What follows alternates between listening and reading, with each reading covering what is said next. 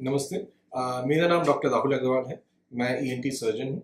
आज हम बात करेंगे सडन हियरिंग लॉस कि पेशेंट्स आए और उनको एकदम से हियरिंग लॉस हो, एक कान या दो कान, दोनों साइड हो सकता है या एक साइड हो।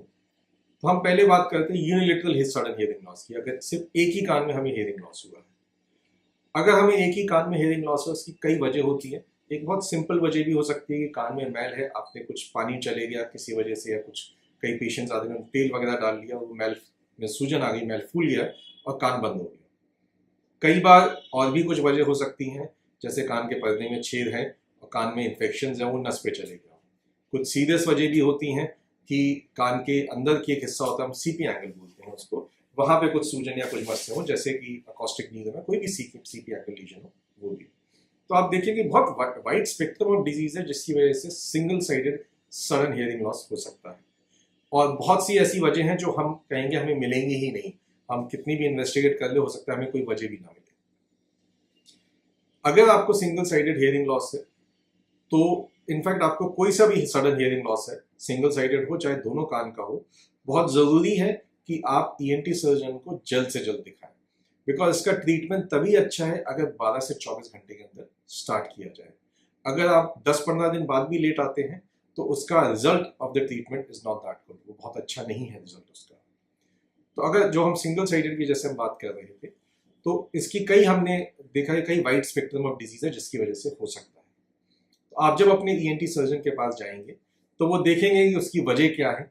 हो सकता है आपको एक एमआरआई के लिए भी बोला जाए, अगर आपका कान पूरा नॉर्मल आता है तो एक एमआरआई के लिए भी बोला जाए, उसके अकॉर्डिंग उसका ट्रीटमेंट चलेगा। अगर ये बाइलेटरल है, मींस दोनों कान में सडन ऑनसेट है, एक तो बिकॉज दोनों कान में है तो कई बार पेशेंट उसके जल्दी आ भी जाता है, लेकिन इसमें बहुत ज्यादा वजह नहीं मिलती हैं। मोस्ट ऑफ द केसेस में हम कितना भी इन्वेस्टिगेट करें, कोई वजह मिलने की उम्मीद कम होती है। मोस्टली कोई वायरल ओरिजिन या कई दवाइयों से या कोई इन्फेक्शन से होता है। अगेन बहुत जरूरी है, जैसा भी हमने सुना कि बहुत जरूरी है कि अगर सडन ऑनसेट है तो जल्द से जल्द आप अपने ईएनटी सर्जन के पास जाएं 12 से 24 घंटे के अंदर। बिकॉज इसके इलाज का रिजल्ट तभी अच्छा है जब ये जल्दी किया जाए। अगर वही इलाज हम लेट करते हैं तो उसका रिजल्ट उतना अच्छा नहीं है। हम जो बायलेटरल की बात कर रहे थे, अगेन बायलेटरल में अगर हम बेसिक इन्वेस्टिगेशंस किए जाते हैं, जो इन्वेस्टिगेशन स्टार्टिंग पॉइंट इज ऑडिमेट्री, कि ऑडिमेट्री से एक बेसिक पता चलता है किस तरीके का हियरिंग लॉस है, कंडक्टिव या सेंसरी नीडल हियरिंग लॉस है। ऑडिमेट्री के बारे में हमने ऑडिमेट्री की वीडियो में देखा कि किस तरीके से किया जाता है, कैसे उसका इंटरप्रिटेशन होता है। आगे के इन्वेस्टिगेशन डिपेंडिंग अपॉन आपकी क्या कंडीशंस हैं, उससे क्या एसोसिएटेड फीचर्स हैं, आपको साथ में चक्कर आ रहे हैं कि नहीं आ रहे, कान में सीटी बज रही नहीं बज रही, इन कई वजहों को देख के उसके अकॉर्डिंग इन्वेस्टिगेशन डिसाइड किए जाते हैं। इन सब बातों का एक बहुत बेसिक क्रक्स ये भी है कि जल्द से जल्द दिखाएं। बिकॉज अगर आपको हियरिंग लॉस है और वो अगर नस की वजह से है, सेंसरी न्यूरल हियरिंग लॉस है, तो यूजुअली इतना इजीली वो रिवर्सिबल नहीं होता है।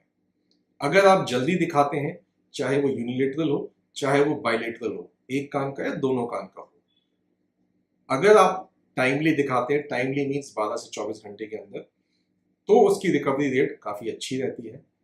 वही चीज़ अगर आप लेट आते हैं 7 दिन 10 दिन 15 दिन बाद, तो उसकी रिकवरी रेट, सेम इलाज सेम दवाइयाँ, लेकिन रिकवरी रेट उसका बहुत कम हो जाता है।